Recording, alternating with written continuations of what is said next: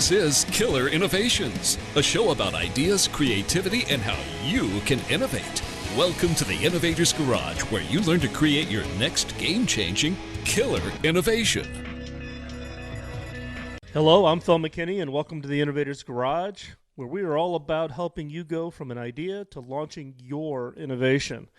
Common questions I get via email from listeners of the show is really around just the struggles of how do you actually execute your ideas. Where do you start? The struggles people have, the failure rate at which people trying to take an idea and do something significant and meaningful with it. So today I brought in a specific guest to hopefully that can answer some of those questions, given that I've got my own perspective. But today we brought in Daniel Poser, who's got a book out called 13ers. Why only 13% of companies successfully execute their strategy, and how yours can be one of them. And so therefore, I'm interested in hearing from you, Daniel, just the background on the book. How did this book come about? What prompted you to look into this? Yeah, well, thank you for having me on. I really appreciate it, especially on your program. It was years ago when I was in my own businesses. I would struggle with my own execution of strategy. We'd come up with a great strategy, and it was, as you know well, most strategies don't get executed. In this case, 87% of companies fail to execute their strategy, and so I looked at that for a long time. And some folks came along and offered to buy my companies, and I was on the street. It was like, what am I going to do next? And I thought, what's the biggest question that really I have, and that is, why are people struggling so hard to execute their strategy? Why is it so damn hard? And why was it so hard for me? And it was during that time that I got introduced to some folks out of Temecula, California, who were doing surveys for the business journals, and it was the best place to work surveys and awards that I got interested in, and they gave me the surveys, and I began to study why I thought, from my perspective, why these companies were doing so well, because best place to work companies do 2 to 3 or greater times better performance on the bottom line. Yeah, and that's always an interesting question, right? We see all the surveys of best places to work. You look at the Inc. 500 list or the Inc. 1000 list of the fastest growing, and there seems to be kind of this correlation between success and best places to work. What's that linkage? Why do you think that is? Well, if you look at the Gallup information, they'll tell you that a lot of the reasons why people do so well is because of engagement. And the more I asked about just that one word, engagement, what does that mean to most people? Most people couldn't tell me what engagement is. So when I took these surveys, I had 2 years worth of surveys of companies that actually became best places to work and companies that did not become best places to work. And I went out and interviewed them. And I began looking at what were the comments that people were saying. And it turns out that the same comments, the kind of comments people were making on both sides were very similar. So what I discovered was that it was engagement, but it was deeper than engagement. It was connectedness. It was the ability to connect with each other, connect with a vision, and connect with the leadership of an organization. And that's a series of conversations. That's a network of conversations that literally goes on. Now, Gallup doesn't tell you that, and that's fine. I mean, I like Gallup's work, but I'm really looking at it from more of an ontological perspective. In other words, ontological being the science of human being, the science of being, and I want to know what it is that a company is being. What is it that leaders are being that alter the relationship to the strategy so that the strategy actually does get executed?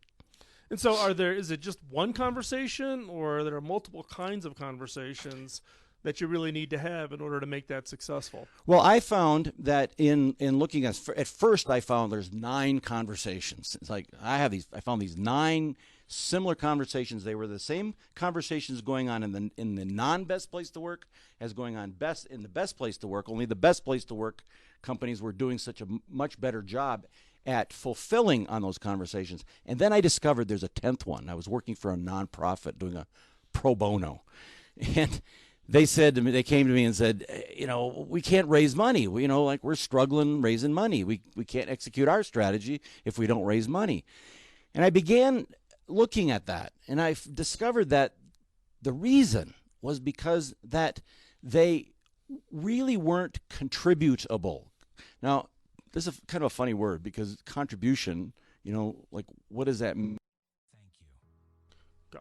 Keep going. So when I began to look at this whole conversation called being contributable, it meant that the people who were engaged in that conversation were open for more than just writing a check to a nonprofit, but actually contributing like a partner, like I'm investing in you as an organization. So that got me thinking, and I began to interview people about and CEOs about why contribution was such an important part. So there's more than one conversation. There's more than 9. There's 10. And those 10 conversations in my book, 13ers, talks about how to manage an organization that is connected.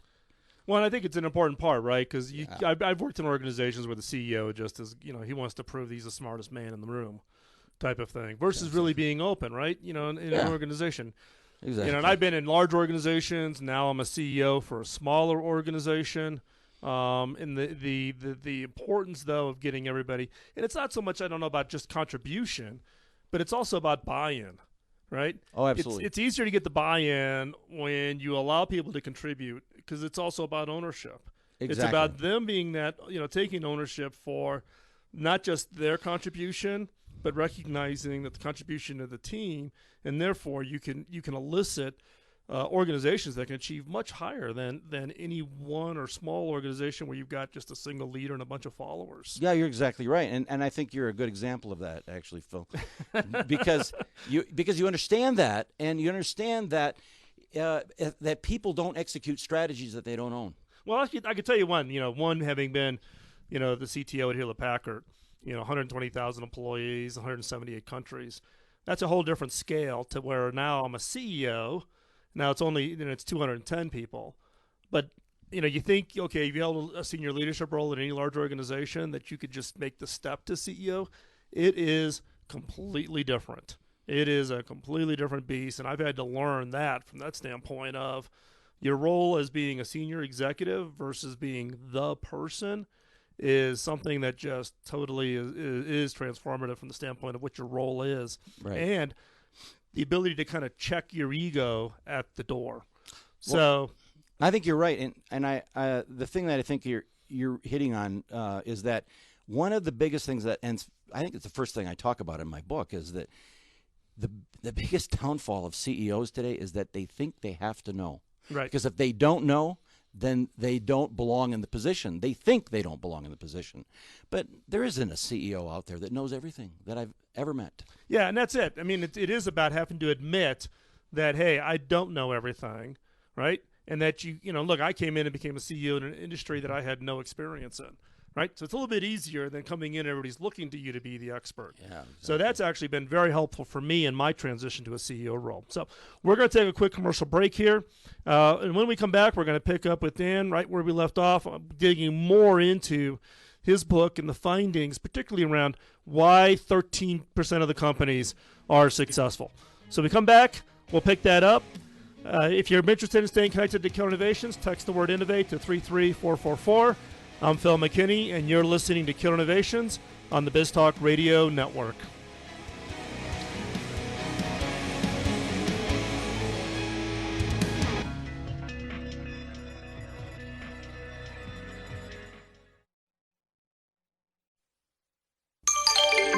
BizTalk Radio.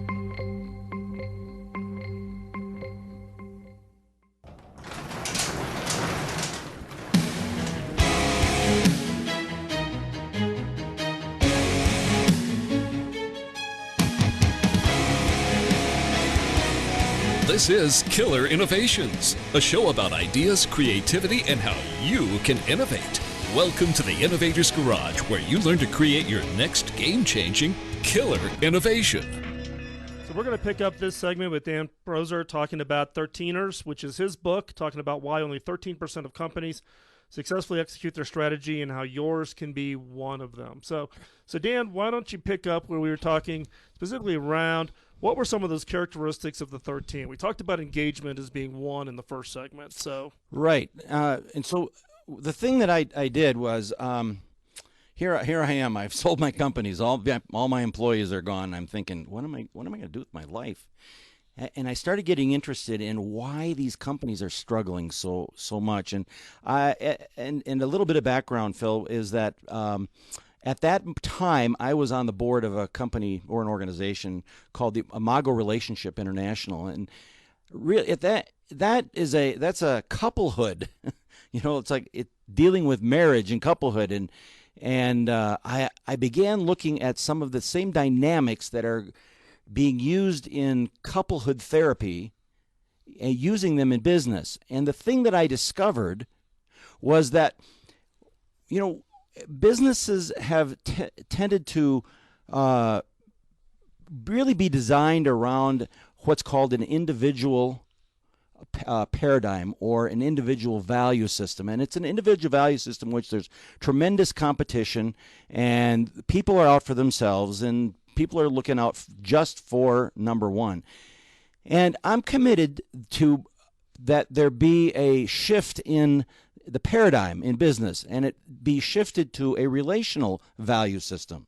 And so I began looking at what is it that makes up a relational value system, and it really came down to the kind of conversations that go on in business. Business is a conversation. I mean, all day long you're having conversations, you're having different conversations about different things, but nonetheless, business comes down to a conversation, and how well you as a leader manage those conversations will determine the outcome of your business.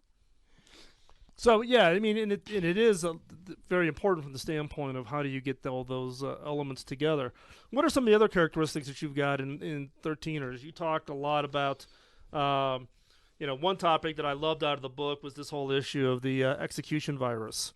And it's one of my favorite topics, which I reading the book and seeing how you described it. The term I use is the innovation antibodies. I love that. That's great. The people who are in the organization whose sole job is to basically stomp on the idea. And what did you find? One, at least my perspective from the innovation antibodies is everybody has them. Right? It doesn't matter the size of the organization. It doesn't matter. No. But everybody's got it. But it's radically different how different organizations respond to it. Yeah, I love that. Innovation antibodies. Well, so there's a virus that goes on in every organization. And I took it from a little different perspective. I don't have the same depth of innovation background that you do. But what I am looking at this from is this ontological perspective, the science of being. Who are you being as a leader? Who are you being as an organization? And when I look at an organization, I'm looking at what are the conversations that stand in the way of you having what you say that you want in your business. And if you can understand what those conversations are, then you can actually go to the next step and determine who you need to be in order to be the company that you declare yourself to be in the beginning. So the antibodies, the virus that I'm talking about is a meme. Memes are a big word in computing. We've been using them for a long time, but literally we have these viruses, these conversations that run in the back of the organization contextually, and they undermine and they sabotage performance. And when you go into an organization, and as you say, every organization has them. Well, every individual has them as well. And if you understand what's going on, you understand what's really running the show in your business. And if you can understand what's running your show, then what's running the show in your business, then you can actually go in and invent a new place to come from, to counter the virus become the antivirus, and create an organization by declaration. Stand in that as a future and come from it rather than trying to get someplace. So hold up. You said declaration. What do you mean by that? Give me an example. Okay, so the first, so in the book, there's a process called the Breakthrough Solution Framework. Breakthrough Solution Framework really comes down to three basic steps. The first step is declaring an impossible outcome, something that is so impossible that you can't imagine how it would be possible to actually accomplish that. And then, as I said, you've got to understand what the conversation is, or the virus that's in the organization, that the conversation that undermines and sabotages. And then you have to come up with, who do you need to be in order for you to have what you say that you want? So the big thing is, what kind of an outcome do you want? And frankly, it's by declaration. Our country was declared into existence. So anything that is worth having is declared into existence. I can't imagine there's one thing that you have innovated, that you've created, that you didn't first think in your head and speak out of your mouth.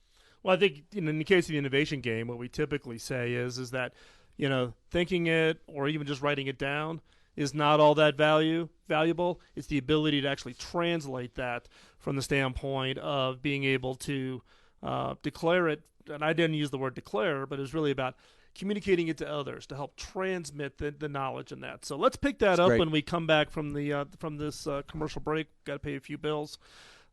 Stay right where you're at. We're going to be right back with Dan on more about his book, 13ers. If you want to stay connected with everything going on here at Killer Innovations, text the word innovate to 33444 or visit killerinnovations.com/innovate. We're going to be right back after this commercial break with more with Dan, talking more about how you can actually take that strategy and be successful. I'm Phil McKinney. You're listening to Killer Innovations on the BizTalk Radio Network.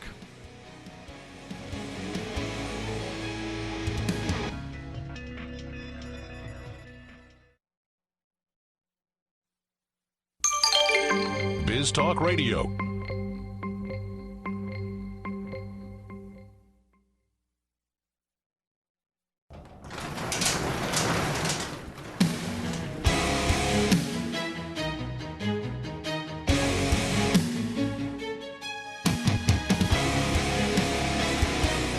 This is Killer Innovations, a show about ideas, creativity, and how you can innovate.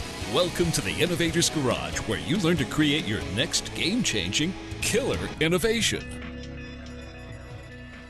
Welcome back to Killer Innovations. I'm your host, Phil McKinney. We're picking up in this segment, continuing our discussion with Dan Prosser on the 13% of companies really successfully execute their strategy based on his book, 13ers.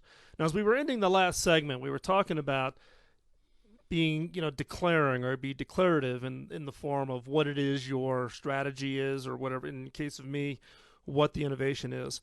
And as I was sharing, as we were going through the commercial break, I recognize that I do that, but I've never used that term.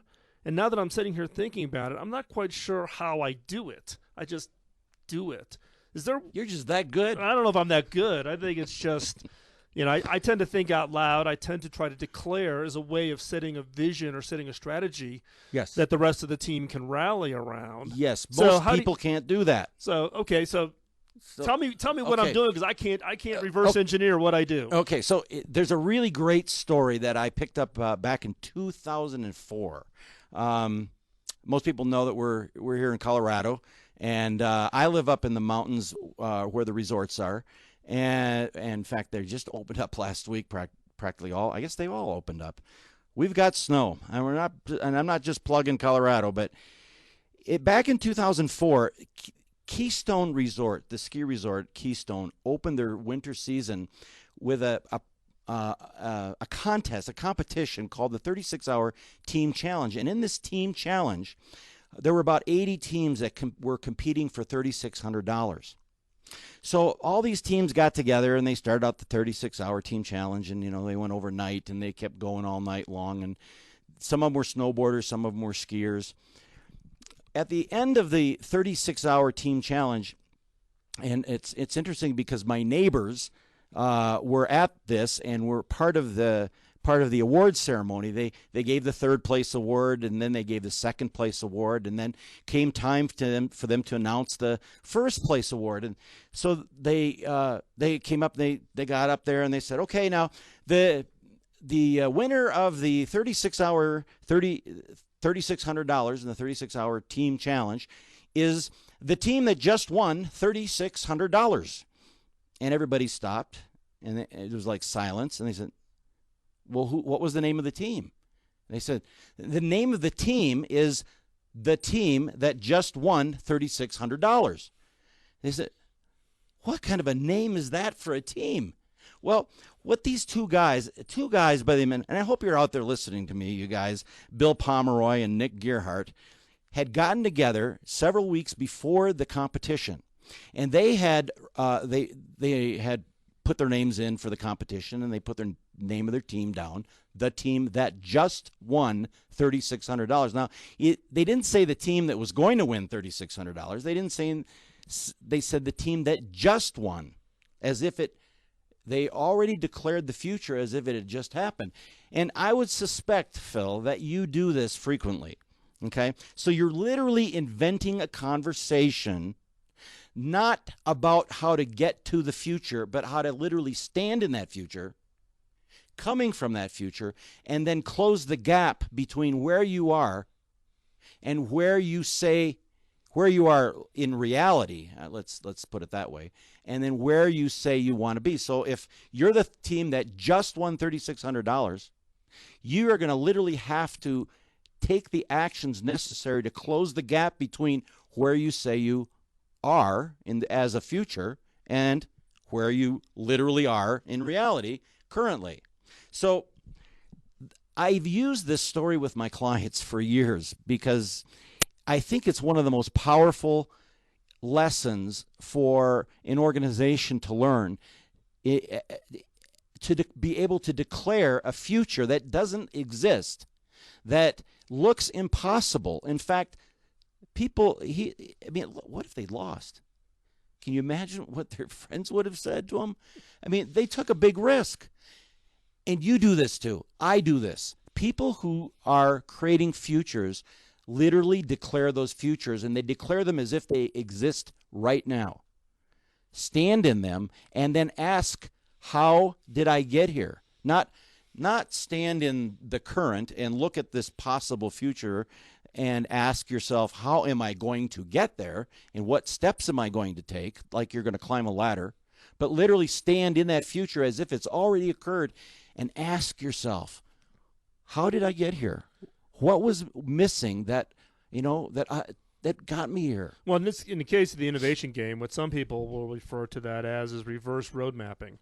So we have our a new tilt. You got to give you the new buzzwords, man. You got to new terms. But the fact in the innovation game, right? We all focus on roadmaps.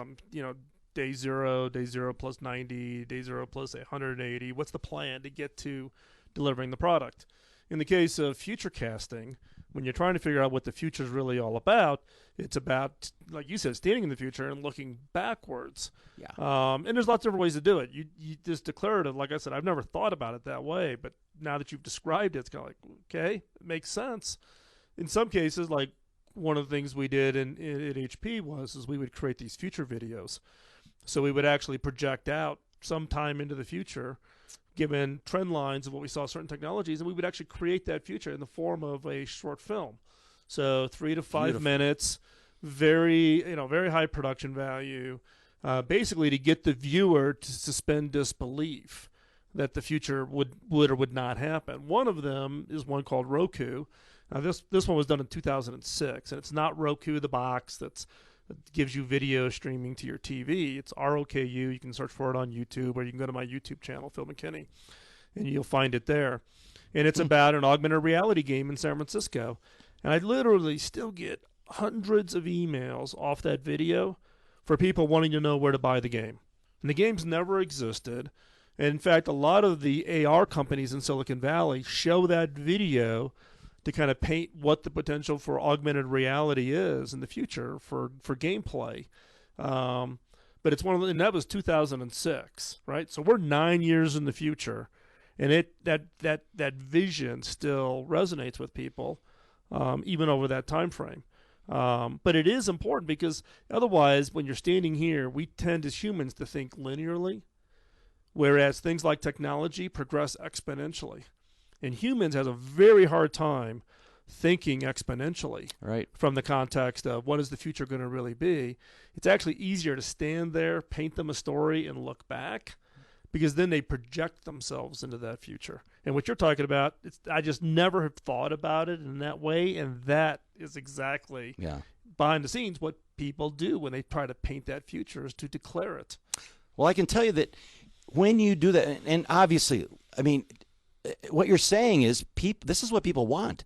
I mean, if people are seeing this still today and still emailing you about this, what is it, 10 years later almost? Yeah, 9 years, coming up on 10. Yeah. So this is what, I mean, I don't want to go into this into this in depth because we don't have the time, but, this is a reverse salient. This is what is holding people back, is that they cannot envision standing themselves in the future and being able to look back. But when they do, as you know, that is what creates the possibility and the big companies. So as we're coming down to the end of this segment, Dan, I'm interested. Entrepreneurs, what's the one thing that a listener could think can do differently that would have the biggest impact on their ability to get the execution right? Okay, well, if I'm talking to a CEO, for example, the first conversation I want to have with a CEO is to stop trying to manage people and start managing promises. So I want to bring accountability into organizations in a relational way, not in a way in which you use accountability to punish people or demand things from people, but it's a relational concept. It's a relational value system, accountability, where instead of managing the people and telling them what to do and getting on their case, then to actually manage the promises, elicit promise. And that becomes the promise-based management system that I talk about in the book. Great. So, Dan, if people want to follow you, where's the best place they can find you? Well, the best place to go right now is 13ersbook.com. And we'll include that link in the show notes. So listeners just go to Killer Innovations. We'll have that link. And if you go to 13ersbook.com, I'll give you a book for shipping and handling. Oh, wow. I'll sign it. That's great. And I'll send it to you. Okay, perfect. We'll put that into the show notes. Dan, really appreciate you taking the time, coming down here. Thank you, Phil. It's appreciate it. Stay tuned. We've got a killer question to really stretch your mind. We're going to exercise that creative muscle, so don't go anywhere. So when we come right back, we'll jump into the question. I'm Phil McKinney. You're listening to Killer Innovations on the BizTalk Radio Network.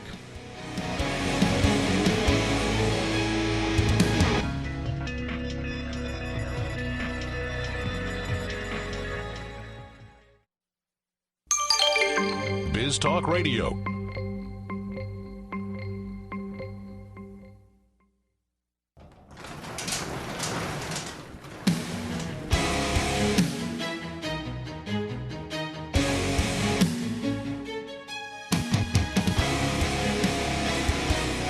This is Killer Innovations, a show about ideas, creativity, and how you can innovate.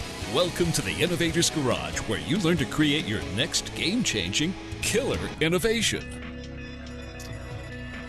So get ready to exercise your creative muscle. As we've talked about in past shows, it's about getting out there and working that muscle so that you can be prepared when those opportunities emerge. So today's killer question is how could my product change in 5 years? And this ties directly into the interview with Dan in the previous segments, talking about being declarative about what that future is, and then what is it going to take to make that future happen. So the question here is do you sell atoms or do you sell bytes? Do you distribute a physical thing, or do you simply deliver or distribute something that's a digital copy, whether it be music or whatever? Well, think about Amazon and the Kindle. Now, Jeff Bezos asked, What is my role going to be if the nature of books change? He realized that to stay relevant and necessary, his company needed to retain control over something tangible and physical. There could be other options, but Amazon could bet that the reading experience would fully transition to audio, but they ultimately gambled that the act of reading was still integral to the enjoyment of a book. So how do you stay in control of a physical experience when your product is going from atoms to bytes? Now think about how profound of change this is. The music industry went through it, right? But what could you do if your physical product, one that had been around unchanged for hundreds or thousands of years, suddenly seemed headed towards obsolescence?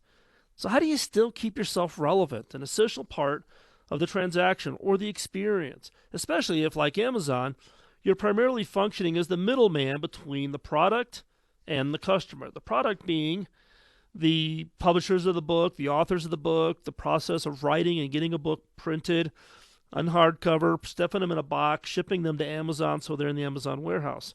How do you keep that link alive? For Amazon, that link is providing the medium that brings the printed word to the reader. For that medium is books, and now for many, it's the Kindle. Now, Amazon has been smart to keep physical ownership over the process of reading. Now, even though a reader may have transferred allegiances to digital media, Amazon is still controlling access to the thing in a reader's hand. Now, granted, there are plenty of competitors spinning up, all with their own pros and cons, and there's software applications running on iPads and Android tablets. But a Kindle, like a Hoover vacuum cleaner before, it became both the specific name of the product and the catch-all term for its category, which is actually a great place to be because you can own that mind share.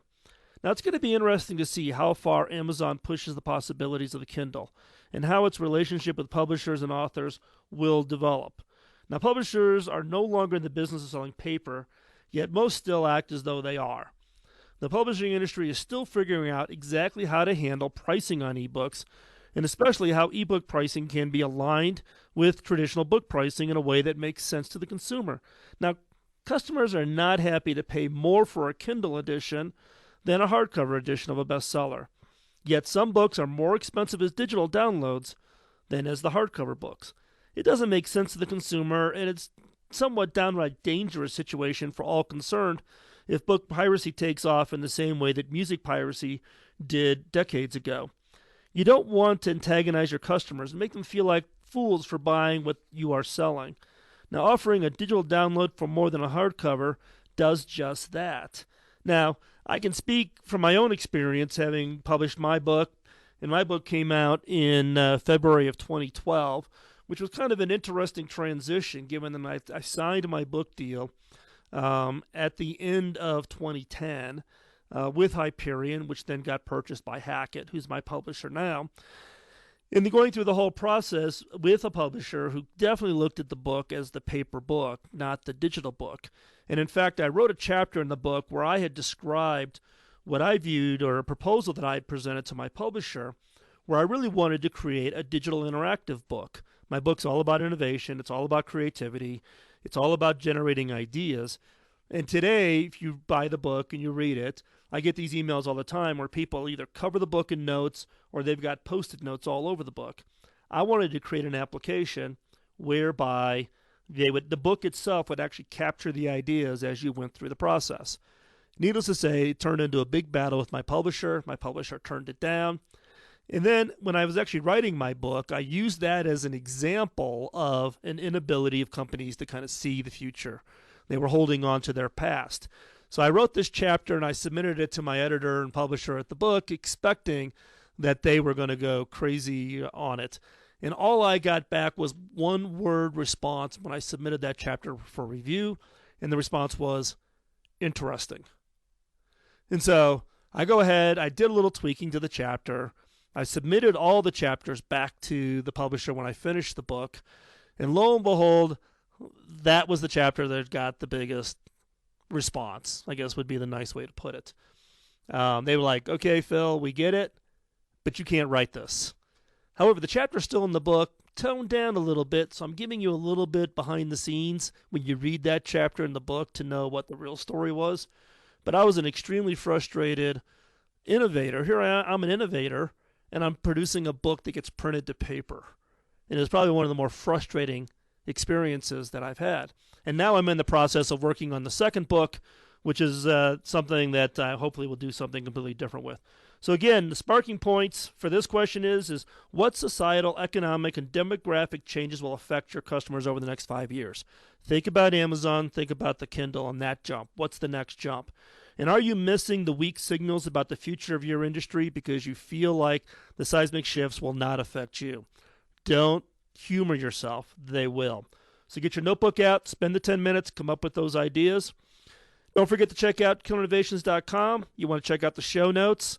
As Dan has graciously offered, go there, you can click, go through to his site, and you can pick up a copy of his book for the cost of the shipping and handling. We'll have all the links for that. Also, we'll have all the show notes. Don't miss on all the other great shows on BizTalk Radio Network. Visit biztalkradio.com, and while you're over there, grab the mobile app for both your iPhone and Android, and you can listen to Killer Innovations and all of the other great shows that are live.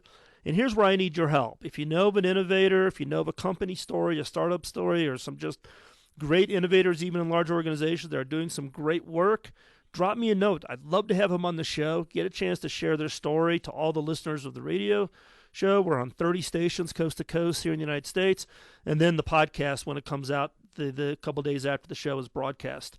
So drop me that note. Would love to hear from them. Today's show engineered by Brandon and Jeremiah.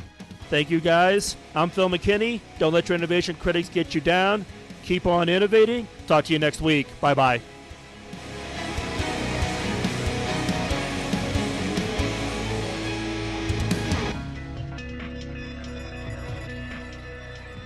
The opinions you hear on Biz Talk Radio are those of the hosts, callers, and guests, and do not necessarily reflect those of this station, Biz Talk Radio, its management, or advertisers. The information on Biz Talk Radio does not constitute a recommendation, offer, or solicitation to buy or sell any product or service. If you have any questions about Biz Talk Radio, contact us at 817-274-1609 or at biztalkradio.com. Biz Talk Radio.